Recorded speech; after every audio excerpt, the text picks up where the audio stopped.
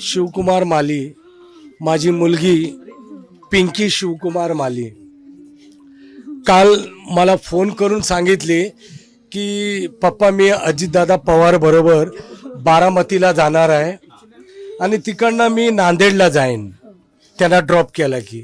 हे शेवटचे शब्द होते. या आठवड्यामध्ये लागोपाठ ही 4थी वेळ होती अजितदादा बरोबर तिची प्रवास. प्रायव्हेट चार्टेड फ्लाईटमध्ये एअर होस्टेस होती. 3 वर्ष ती इंडियन एअरलाइन्स एअरपोर्ट होती. तिकडनं मग ही प्रायव्हेटमध्ये झाली.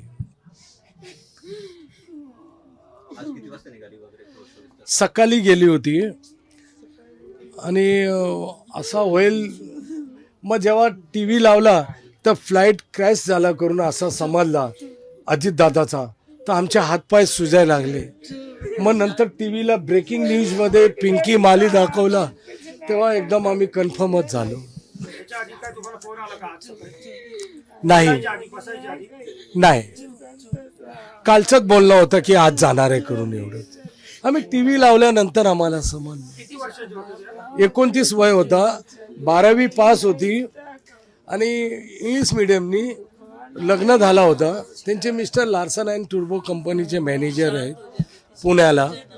आणि ती आपला भावाला एकमेव मुलगा आहे माझा, ते पायलट बनवणार म्हणून ही तिची स्वप्न होता. असं ती बघितली होती की पप्पा मैं करेगी करके.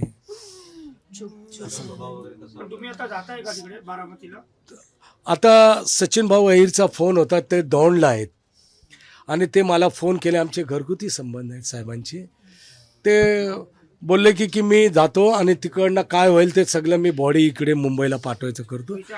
हां, इथंच आणणार आहे.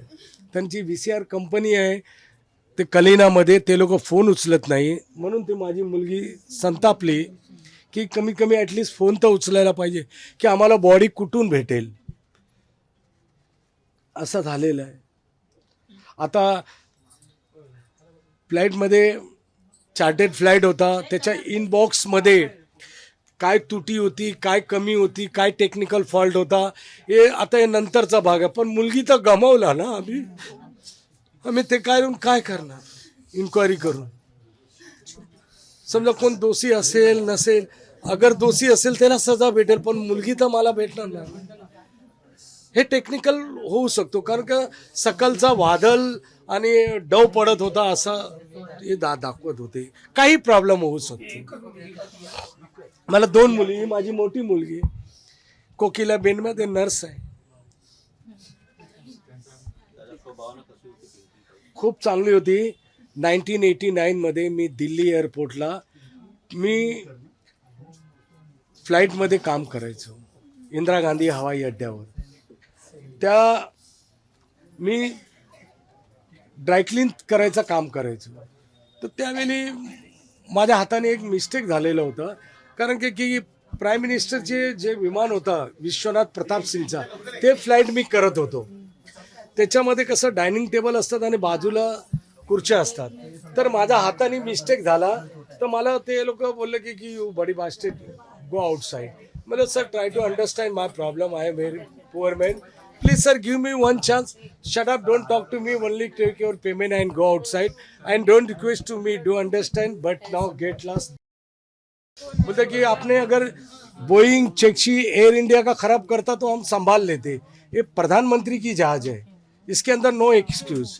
ते हे सगळं मी माझ्या मुलीला बोलायचो. ती जेव्हा माझ्याबरोबर बसायची तर बोलले पप्पा कोई बात नहीं, ये सपना मैं आपका पूरा करेगी.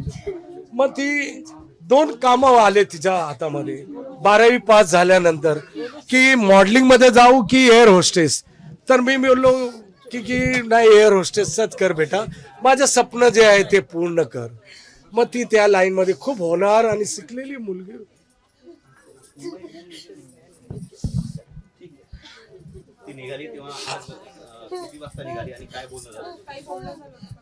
नाही मला रात्री फोन करून बोलली, फोनवर नाही रात्रीच बोलली की मैं जाऊंगी करके कल सुबह. पण सकाळी फोन नाही आला. पण अजित दादा बरोबर आहे आणि तिकडनं मी नांदेडला जाणार असं बोलली. नाही, काल निघताना एवढंच बोलले की मैं पप्पा मैं उनसे, मला परवा अजितदादा बरोबर फोनवर बोलून पण दिल्या त्यांनी. मी एक पदाधिकारी असल्यामुळे मी पक्षांतर तर केला, तर दादाला डायरेक्ट ती बोलली कि 35 साल से मेरे पापा आपके पार्टी में है, 4 बार मुंबई के कमेटी पे है, आप पूरे महाराष्ट्र का दौरा कर रहे हो और कार्यकर्ता पे ध्यान नहीं है क्या. तो दादा ने बोला कि कौन है आपके पापा. तो तेव्हा दादाने विचारलं की तुम्हारे पापा कौन है. तो बोले कि मुंबई के सेक्रेटरी हैं और आपके पार्टी से है. तो विजिटिंग कार्ड घेतला आणि महावीर जाधव म्हणून त्यांचे पीएला बोलवून फोनवर बोलणं झाला की मुंबईला आल्यावरती देवगिरीला भेटून बोलूया अशी चर्चा. आणि असं होईल असं त्यांचा व्हॉट्सअप मेसेज आहे आणि तिचा फोटो आहे अजितदादा बरोबरच.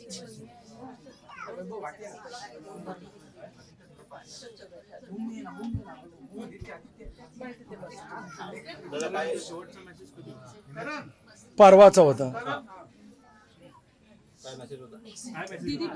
अजितदादा पवार आपल्याशी बोलणार आहे, मी दाखवतो चॅट.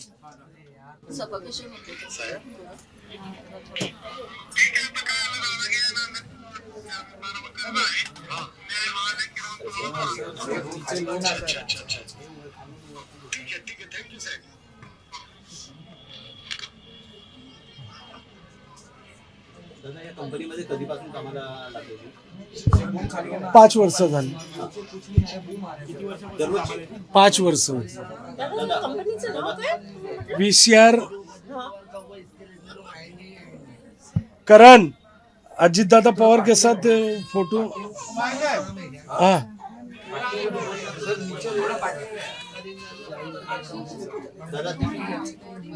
ये बघा, ऐसे लोगों की साथ ही रहती थी. नाराज आले. फोटो दाखव ना, जरा पुढे पुढे दाखव. मोबाईल पुढे घ्या जरा.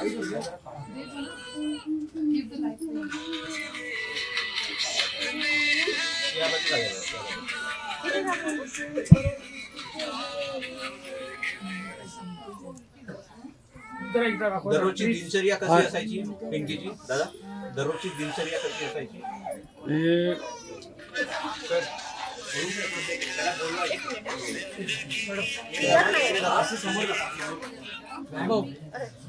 गेलं गेलं मॅडम. दादा दररोजची दिनचर्या कशी असायची? सीएम बरोबर असं काय नाही आहे. बोल बोल बघा. बस झालं हो आता, बस झालं. इथे 3 हजार आहेत.